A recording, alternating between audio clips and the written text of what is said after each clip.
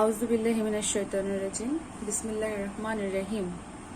আসসালামু আলাইকুম সুপ্রিয় শিক্ষার্থীবৃন্দ, সপ্তম শ্রেণীর বিজ্ঞান ক্লাসে তোমাদের সবাইকে স্বাগতম এবং মাহে রমজানের শুভেচ্ছা।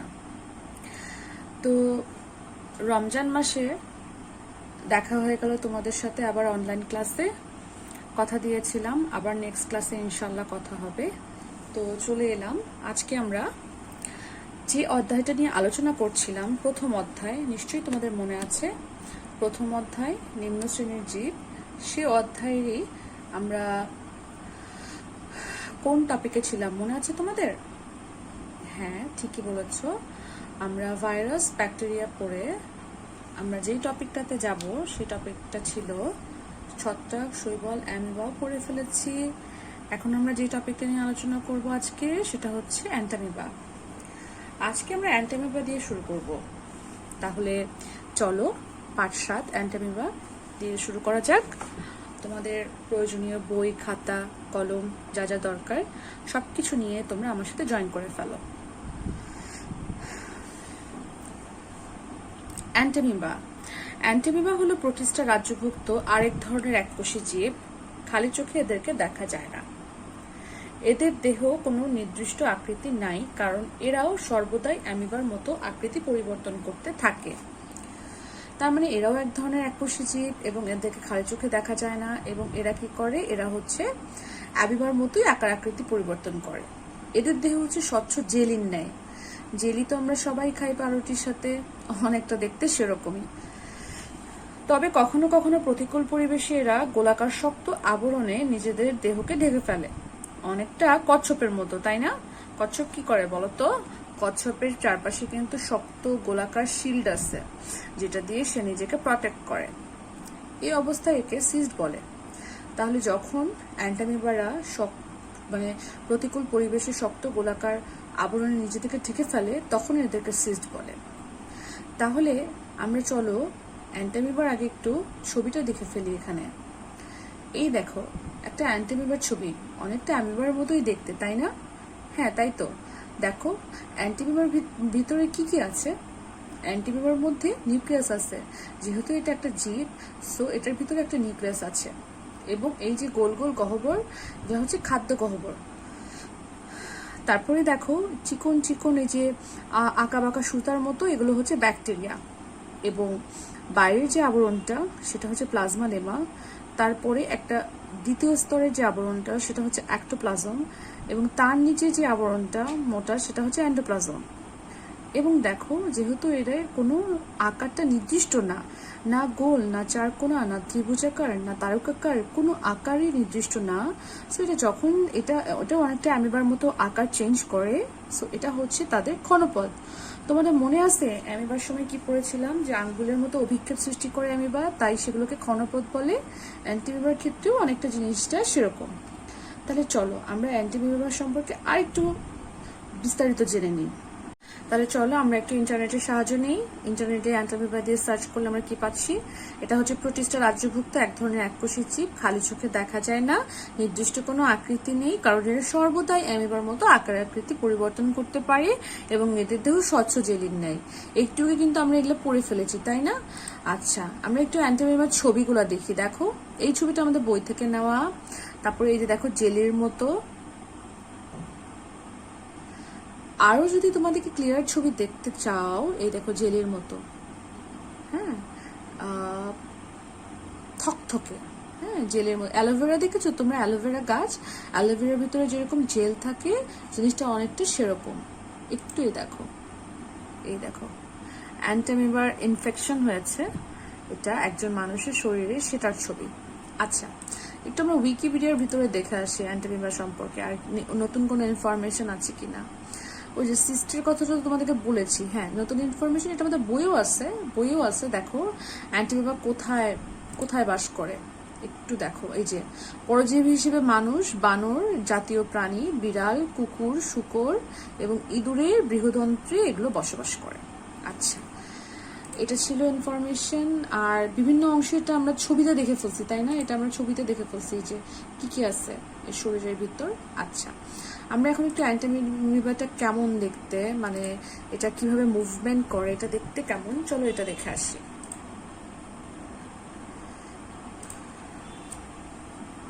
আমরা একটু দেখবো এখন যে অ্যান্টিমিবাটা আসলে আমাদের শরীরের ভিতরে কিভাবে চলাফেরা করে, এটা দেখতে কেমন, এটা সম্পর্কে একটু ধারণা নিব।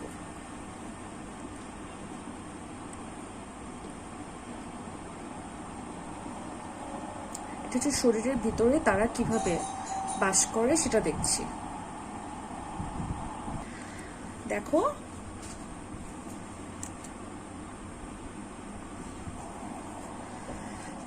শরীরের ভিতরে যেহেতু এই অংশটা আমাদের ভিতরে, শরীরের ভিতরে এটা কিভাবে চলাফেরা করে, এর আগের ক্লাসে মনে আছে তোমাদের আমরা অ্যামিবার চলাফেরাটা দেখেছিলাম। ওই দেখো,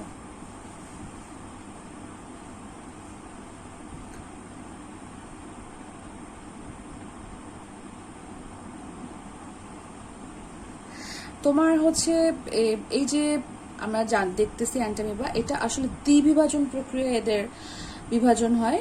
এদের এদের কিভাবে বংশবৃদ্ধি হয় এটা নিয়ে আমরা একটু পরে আলোচনা করব। আমরা আগে অ্যান্টিমিবাটা সম্পর্কে একটু ধারণা নিয়ে নেই। দেখেছো জেলের মতো থকথকে,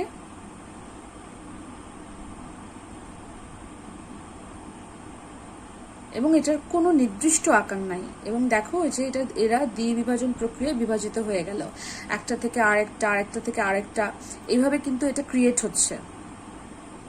অ্যান্ড আল্লাহর কি অপূর্ব সৃষ্টি, তাই না? প্রত্যেকটা জিনিসই, কারণ এই জিনিসগুলো একদিক দিয়ে যেমন ক্ষতি করে, অপর দিক থেকে কিন্তু প্রত্যেকটা জিনিসেরই কিন্তু আমাদের পৃথিবীতে ভূমিকা আছে কম বেশি। হ্যাঁ, প্রত্যেকটা জিনিসই, যেমন যে জিনিসটা খারাপ খারাপ দিক থাকে সেটার পজিটিভ দিকও থাকে। ওই যে ব্যাকটেরিয়া ভাইরাসের মতো, যে একদিক থেকে যেমন ক্ষতিকর, অন্য দিক থেকে আমাদের পরিবেশকে দূষণ থেকে আমাদেরকে রক্ষা করে, পরিবেশের ময়লা আবর্জনাগুলো পরিষ্কার করে, অনেকটা সেরকম। তো দেখো, এই ছিল মোটামুটি অ্যান্টামিবা এর মুভমেন্ট। আমরা ভিডিওতে দেখলাম যে এটা হচ্ছে তোমার মানুষের শরীরের ভিতরে তার চলাফেরা মুভমেন্ট, সে কিভাবে বংশবৃদ্ধি করছে, এটা সম্পর্কে তোমাদেরকে আমি আংশিক ধারণা দিলাম।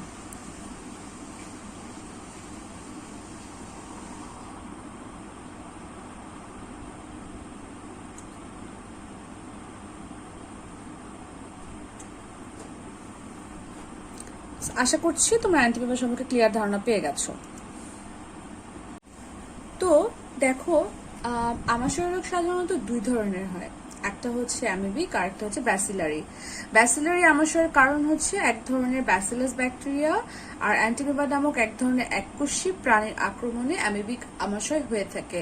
আমাশয় রোগের মানে সম্পর্কে আমরা কম বেশি সবাই পরিচিত, তাই না? সবাই আমরা জানি। তো এখানে এই আমাশয় রোগের কারণ কিন্তু অন্যতম প্রধান কারণ কিন্তু এই অ্যান্টামিবা। আর এটা কোথায় বাস করে আমাদের শরীরের, এবং কোন কোন প্রাণীর শরীরের বৃহদণ্ডে বাস করে সেটাও আমরা পড়ে ফেলেছি ইতিমধ্যে। এখন আমরা এদের বংশ বৃদ্ধিটা দেখবো। একটু আগে কিন্তু আমরা ছবিতে দেখছিলাম, তার আগে জেলের মধ্যে এরকম গোল গোল গোল গোল কি এগুলো? নিউক্লিয়াস। আমরা কিন্তু আগের ভিডিওটা দেখে ফেলেছি যে নিউক্লিয়াস গুলো আলাদা আলাদা স্পোর সৃষ্টি করে, অ্যান্ড দেন একটা থেকে আরেকটা শিশু অ্যান্টামিবা ক্রিয়েট হয়। একটু আগে ভিডিওটা খেয়াল করো, দরকার হইলে তোমরা ক্লাসটা আবার শুরু থেকে দেখলে, ওই ভিডিও অংশটা আবার দেখে নিলে তোমাদের ধারণাটা ক্লিয়ার হয়ে যাবে। তো দেখো, অ্যান্টিমিবা কোষ বিভাজন ও অনুজীব স্পোর সৃষ্টির মাধ্যমে বংশবৃদ্ধি ঘটে। স্পোরাইজেশন পদ্ধতিতে একটি কোষের প্রোটোপ্লাজম বহু খণ্ডে বিভক্ত হয়ে ক্ষুদ্র ক্ষুদ্র অনুজীব বা স্পোর গঠন করে। অনুকূল পরিবেশে এরা প্রত্যেকে একটি নতুন অ্যামিবা হিসেবে বড় হয়। মানে যদি এরা অনুকূল পরিবেশ পায় তাহলে প্রত্যেকে অ্যামিবার হিসেবে বড় হয়, এবং অ্যান্টিমিবা হচ্ছে এক ধরনের আমাশয় রোগ সৃষ্টির জন্য দায়ী। রোগ জীবাণুটি কোনো লক্ষণ ছাড়াই বহন করে, মানে কোনো রোগী এই জীবাণুটা কোনো লক্ষণ ছাড়াই কিন্তু তার শরীরে থাকতে পারে। এটা সম্পূর্ণরূপে নিরাময় করা খুবই কঠিন, কারণ আমরা কি করি বলতো, আমরা হচ্ছে প্রপার হাইজিন কেউই মেনটেন করি, চেষ্টা করি হাত ধোয়া ঘন ঘন, তারপরে হচ্ছে বাহিরে থেকে খাবার আনলে সেগুলো ধোয়া। এই যে করোনা যে ভাইরাস, এটার প্রধান কারণ কি জানো? কারণ হচ্ছে হাইজিন। আমরা হচ্ছে স্বাস্থ্য সচেতনতাটা কম মেনটেন করি। আমরা বাইরে থেকে, আমরা যেমন প্রচুর বাইরের খাবার খাই, আবার বাইরে থেকে খাবার আনলে সেটাও আমরা পুরো ক্লিন করে খাচ্ছি না, এই খাবারগুলো থেকে কিন্তু এই ভাইরাস বলো, ব্যাকটেরিয়া বলো, অ্যামিবা বলো, অ্যান্টামিবা বলো, এগুলো চলে আসে। হ্যাঁ, এগুলা হচ্ছে চলে আসে। সো এগুলা, এই রোগটা অ্যামিবিক আমাশয়টা পুরোপুরি এটা 100% কিওর করা যায় না।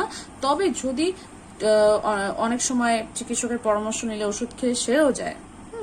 এটা আসলে তোমার শরীরে যে রোগ প্রতিরোধ ক্ষমতা সেটার উপরে নির্ভর করে। তো মোটামুটি অ্যান্টিমিবা সম্পর্কে আমরা ধারণা পেয়ে গেলাম। এখন আমরা চলে যাই এই যে মেন কিছু পড়াতে, 8 থেকে 9। আজকে যে পার্টটা আছে সেটা আমরা চলে যাই। আমি এটা খুব শর্টকাটে বলবো। হ্যাঁ, এটা এত বেশি ডিটেলসে যাব না। এই অধ্যায়টা আমরা আজকে শেষ করে দিতে চাই। দেখো, পার্ট 8 থেকে 9 এর মধ্যে আছে স্বাস্থ্য ঝুঁকি সৃষ্টিতে অণুজীবের ভূমিকা। ব্যাকটেরিয়া জীবাণু দেহের ভিতরে বিভিন্নভাবে ঢুকতে পারে। অপরিষ্কার হাত জীবাণুর জন্য একটা সুবিধাজনক বাহন। এখন কিন্তু আমরা প্রায় শুনি না টিভিতে, সামাজিক যোগাযোগ মাধ্যমে, যে 20 সেকেন্ড ধরে হাত পরিষ্কার করুন। এটা শুধু করোনার জন্য না, সারা জীবন মৃত্যুর আগ পর্যন্ত একটা সুস্থ হেলদি লাইফ যদি লিড করতে চাও, তাহলে অবশ্যই তোমাকে সবসময় ক্লিনলিনেস, পরিষ্কার পরিচ্ছন্নতা ব্যাপারটা মেনটেন করতে হবে, হাইজিন থাকতে হবে। তো এই যার মাধ্যমে এরা খুব সহজে আমাদের মুখে ঢুকে যায়, কারণ আমাদের অভ্যাসই হচ্ছে আমাদের মুখে হাত দেওয়া। আমাদের কখনো জেনে কখনো না জেনে দুইভাবেই কিন্তু আমরা মুখে হাত ঢুকাই, তাই না? আমরা যে জামা কাপড় ব্যবহার করি সেটাতেও কিন্তু এটা ব্যাকটেরিয়া লেগে স্পোর স্থানান্তরিত হতে পারে। এই যে একটু বললাম তোমাদেরকে যে এটা বিভিন্নভাবে স্থানান্তরিত হয়। আসলে আমাদের কখনো জেনে হয়, কখনো না জেনে হয়। বাতাসে যে ধুলাবাড়ি উড়ে বেড়ায় তা থেকেও ব্যাকটেরিয়া বা স্পোর এক স্থান থেকে অন্য স্থানে যেতে পারে। আবার হাত যদি মিলায় একজন আরেকজনের সাথে হ্যান্ডশেক করি, সেখানেও স্থানান্তরিত হতে পারে। আবার যে পচা বাসি খাবার থাকে কিছুদিনের, তার মধ্যেও জীবাণু কিন্তু ছড়ায়। কলেরা এবং টাইফয়েড হচ্ছে ব্যাকটেরিয়া জনিত রোগ। এটা হচ্ছে তোমাদের একটা অবজেক্টিভ, যে কোনটা ভাইরাস জনিত রোগ, কোনটা ব্যাকটেরিয়া জনিত রোগ, এটা কিন্তু তোমাদেরকে জানতে হবে। ভাইরাস, ব্যাকটেরিয়া এবং অ্যান্টামিবা জনিত রোগ একসময় খুবই ভয়াবহভাবে ছড়িয়ে যেত। নিরাপদ পানির অভাবে কিন্তু এরকম হতো, জানো? যত্রতত্র মলমূত্র ত্যাগের কারণেও কিন্তু এই সমস্যার সৃষ্টি হয়। এখন কিন্তু নিরাপদ পানিটা আমরা দুইভাবে মেনটেন করতে পারি। একটা হচ্ছে আমরা একদম গভীর কূপ থেকে পানিটা আসছে কিনা সেটা খেয়াল করতে পারি, অথবা পানিটা আমরা ফুটিয়ে খেতে পারি। ঠিক আছে, ন্যাচারাল যেটা আসে সেটা তো আসলে খুবই 100% খুবই পিওর হয়, কিন্তু তারপরেও যদি আমরা দেখি যে না, পানির মধ্যে ময়লা থাকতে পারে বা পানিটা অপরিষ্কার হতে পারে, সন্দেহ হয়, সেক্ষেত্রে পানি ফুটিয়ে খাওয়াই ভালো। তো আগে কিন্তু মানুষের প্রচুর কলেরা হতো, প্রচুর টাইফয়েড হতো, প্রচুর পরিমাণে এটা হতো। এটা এখনো মানুষের হয় প্রচুর পরিমাণে। এগুলা পানিবাহিত রোগ, পানির মাধ্যমে এটা ছড়ায়। তো সেক্ষেত্রে পরিষ্কার পানি খাওয়াটাও কিন্তু আসলে জরুরি। আসলে পরিষ্কার সবকিছুর ক্ষেত্রে সবকিছু পরিষ্কার জরুরি। সেটা আমাদের নিজস্ব শরীর অঙ্গ প্রত্যঙ্গ পরিষ্কার করা হোক, বা পানি খাওয়া হোক, বা যে কোনো কিছু হোক।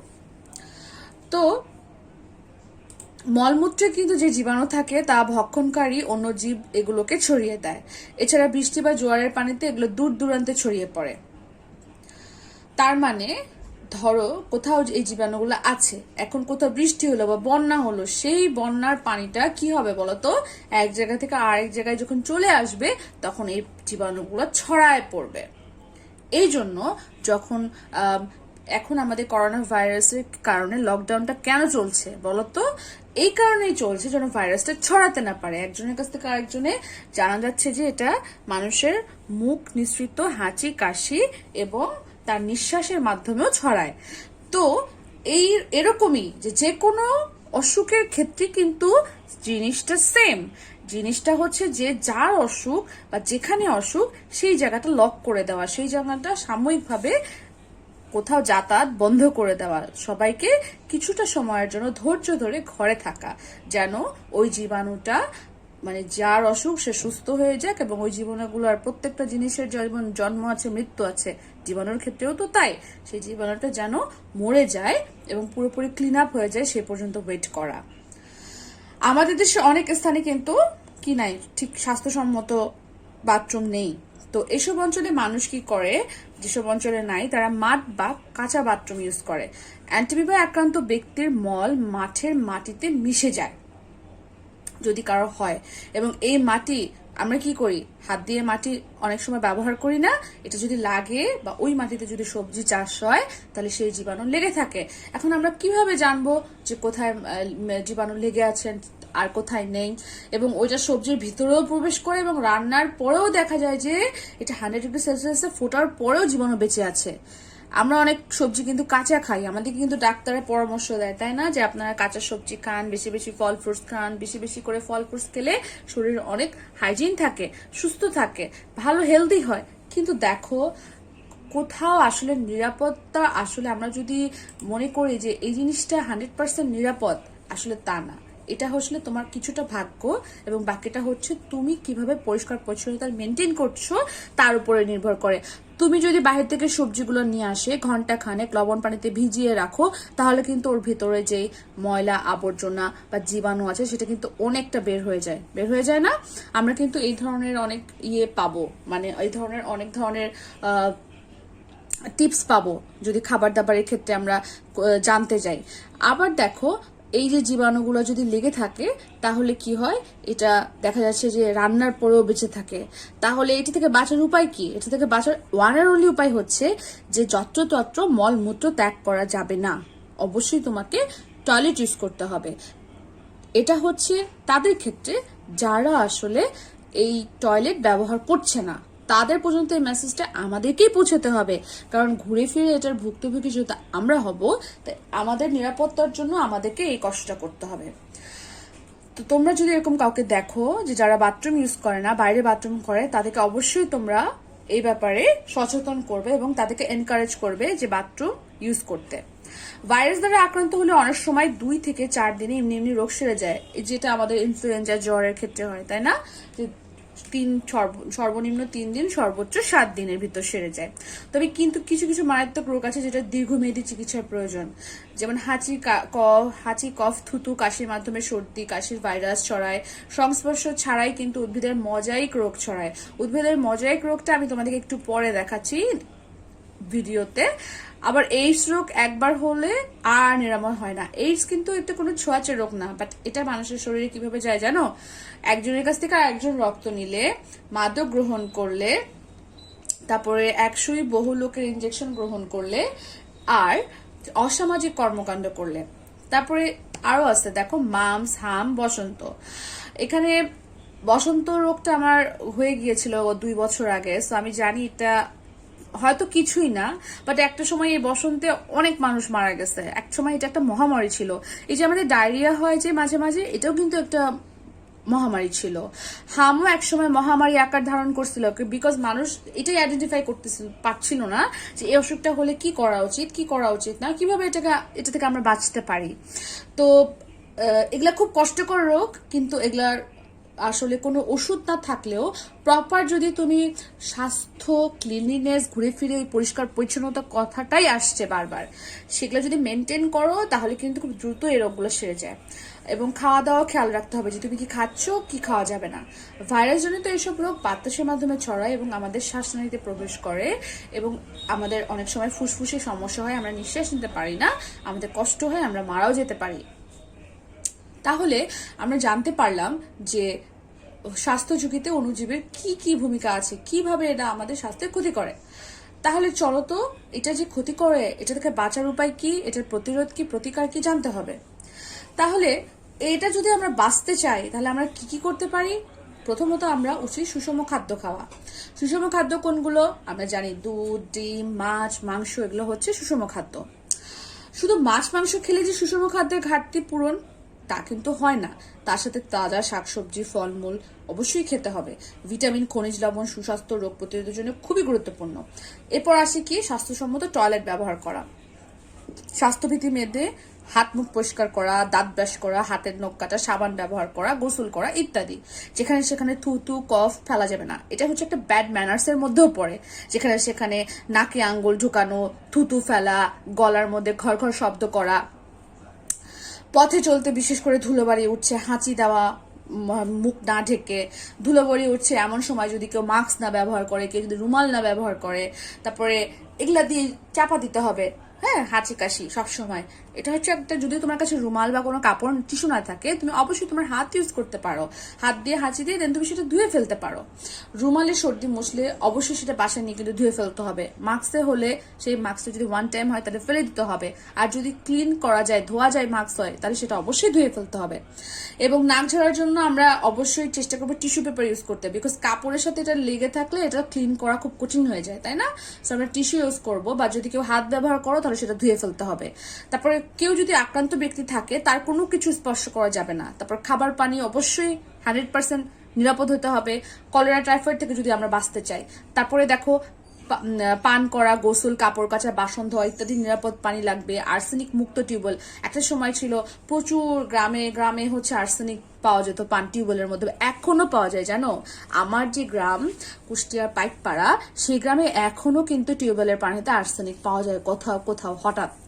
তো একটা সময় এটা এটা অনেক ভোগান্তি ভুগেছে মানুষ, এখন মোটামুটি আর্সেনিক মুক্ত করা গেছে অনেক কলই। যে পানিটা, যে জায়গা থেকে আর্সেনিক আসে সেই জায়গাটা মানুষ অ্যাভয়েড করে, এখন এখন চেষ্টা করে, মানুষ বুঝতে পারে যে এটা খাওয়া যাবে না, এটা খেলে মানুষের অনেক অসুখ হয়। পুকুর নদীর পানিও যখন আমরা ব্যবহার করে গ্রামের মানুষ, তাদেরও উচিত, বা আমরাও অনেক সময় ব্যবহার করি, সেক্ষেত্রে অবশ্যই সেটা ভালোভাবে ফুটাই নিতে হবে। বিকজ ওই পুকুরের পানিতে বর্ষাকালে পানি যাচ্ছে, নোংরা পানি, মানুষ তার থালা বাসন মাজছে, গোসল করছে, পশু পাখি গোসল করছে, তো অনেক ময়লা কিন্তু থেকে যাচ্ছে। সব কিন্তু ওই পুকুরে যে বাস্তু সংস্থান হয়, পুকুরের মধ্যে যে মাছ থাকে বা পুকুরের মধ্যে কিছু উদ্ভিদ থাকে যাদের কাজ হচ্ছে ময়লাগুলো খাওয়া, সব কিন্তু তারা খেতে পারে না, কিছু ময়লা থেকেই যায়, সেগুলাই কিন্তু পরে আমরা যদি পানি ব্যবহার করি আমাদের শরীরে এসে পৌঁছে যাবে। তারপরে মানুষ পশু পাখি আক্রান্ত হলে তাদের চিকিৎসা করতে হবে। তারপরে কিছু ভাইরাস আছে, যেমন আমরা বার্ড ফ্লু নামটা খুব শুনেছি না, যে পাখির বার্ড ফ্লু হয়, বিশেষ করে মুরগির। এই বার্ড ফ্লু যদি হয় তাহলে কিন্তু এটার কোনো কেয়ার নাই, এটা ওই যে আর হবে তাকে মাটিতে পুঁতে রাখতে হবে। তারপরে ম্যাটকাও নামে এক ধরনের অসুখ আছে, ম্যাটকাও, অ্যানথ্রাক্স, এগুলা রোগেও গরু মহিষ মেরে ফেলা উচিত, কারণ এগুলা হচ্ছে শরীরের মধ্যে ঘায়ের মতো হয়ে যায় জায়গায় জায়গায়, এবং এটা হলে তার হচ্ছে 100% সে কিওর হবে না, ওই জায়গা হয় তাকে কেটে ফেলতে হবে, না হয় ওই পশুটাকে পুরোপুরি মেরে ফেলতে হবে। তো গ্রামে কি করে জানো, যখন এরকম কেউ আক্রান্ত হয় তখন তারা এটাকে জবাই করে হয় খেয়ে ফেলে, ওই মাংসগুলো বিক্রি করে ফেলে, সেটা কিন্তু মোটেও উচিত না। কারণ কাউকে ঠকালে কখনো নিজেকেও কখনো না কখনো ঠকতে হবে, এটা কিন্তু আমাদের সবার মনে রাখা উচিত। তারপরে দেখো, এইসব যদি আমাদের শরীরে ঢুকে পড়ে তাহলে এটা প্রতিরোধ করা যাবে কিভাবে সেটা আমরা জানলাম। আর আমাদের যে স্কুল, মসজিদ, মন্দির, খেলার মাঠ, হাট, বাজার, যেখানে লোক সমাগম বেশি, সেখানে আমরা বেশি বেশি এগুলা নিয়ে আলোচনা করব। তোমরা এখন ঘরে আছো, তোমরা বাসায় এগুলো নিয়ে বেশি বেশি করে আলোচনা করবা সবার সাথে, তাহলে কিন্তু সবাই সচেতন হতে পারবো। তুমি একজনকে বলবা, সে আরেকজনকে বলবে, এইভাবে এটা এক একজনের কাছে পৌঁছে যাবে ইনশাল্লাহ।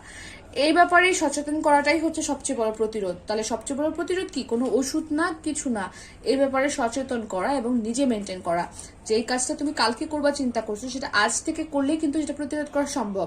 আর রোগাক্রান্ত হলে অবশ্যই রোগীকে একজন ভালো চিকিৎসকের কাছে নিয়ে যেতে হবে, তারপরেও যদি কারো অসুখ হয়ে যায় সেক্ষেত্রে, এবং প্রয়োজনীয় ওষুধ সেবন করতে হবে। আর হাতুড়ি ডাক্তারের কাছে যাওয়া যাবে না। হাতুড়ি ডাক্তার কাদেরকে বলে জানো? যারা হচ্ছে হাতে কলমে ডাক্তার, আসলে তাদের কোনো সার্টিফিকেট নাই, তারা কোনো মেডিকেল কলেজে লেখাপড়া করেনি এবং তাদের কোনো পূর্ব অভিজ্ঞতা নাই। তারা হচ্ছে নিজেদের কল্পনার উপর ভিত্তি করে ওষুধ দেয় মানুষকে, এবং মানুষকে এটা বিশ্বাস করা যে তারা আসলে ডাক্তার, বাট আসলে কিন্তু তারা না। এইসব হাতুড়ি ডাক্তার থেকে অবশ্যই দূরে থাকতে হবে। তো এই ব্যাপারে আমাদের অনেক দায়িত্ব আছে। তো এর সাথে আমাদের অধ্যায়টা শেষ হয়ে গেল। বাচ্চারা, তোমরা এই শূন্যস্থানগুলো পূরণ করবে অবশ্যই। অধ্যায়টা পড়ার পরে এটা তোমাদের জন্য পূরণ করা 1 মিনিটের ব্যাপার আমার বিশ্বাস। সংক্ষিপ্ত উত্তরগুলো পড়বে, বহু নির্বাচনীগুলো তোমরা সলভ করবে, এবং এখানে 2টো সৃজনশীল আছে, অবশ্যই এই সৃজনশীলগুলো পড়বে, এবং লেখার কোনো বিকল্প নাই। যত লিখবে তত মনে থাকবে, যত পড়বে তত ভুলে যাবে। তো অবশ্যই বাসায় কিন্তু শুধু পড়লে হবে না, এগুলো লেখারও প্র্যাকটিস করতে হবে। এরই সাথে আজকের ক্লাস এখানে শেষ হয়ে যাচ্ছে। ও, কথা দিয়েছিলাম আমি তোমাদেরকে যে কি দেখাবো বলো তো, উদ্ভিদের মোজাইক রোগ দেখাবো। ও, সেটা আমি একটু তোমাদেরকে দেখিয়ে নিই। এই যে এটা হচ্ছে শিম পাতার মোজাইক রোগ, পাতাগুলো অনেকটা হলুদ হলুদ হয়ে যায়। এরকম কিন্তু তোমাদের বাসায় আমার বিশ্বাস যে তোমাদের অনেকেরই নিজস্ব বাগান আছে, শাকসবজির বা উঠান আছে, বা বারান্দায় তোমরা অনেক গাছ লাগাও, তো সেখানে তোমরা মাঝে মাঝে এই যে দেখতে পাবা হলদে রঙের মোজাইক ভাইরাস, দেখেছো? তো বাচ্চারা আর লম্বা করবো না ক্লাসটা, আজ এ পর্যন্তই। উদ্ভিদের মোজাইক রোগ দেখানোর সাথে সাথে আজকের ক্লাসটা এখানে শেষ করে দিচ্ছি। তোমরা চাইলে গুগলে সার্চ করে এটা সম্পর্কে বিস্তারিত আরো ইনফরমেশন নিতে পারো। সবাই ভালো থেকো, সুস্থ থেকো, নিরাপদে থেকো। আল্লাহ হাফিজ, আসসালামু আলাইকুম।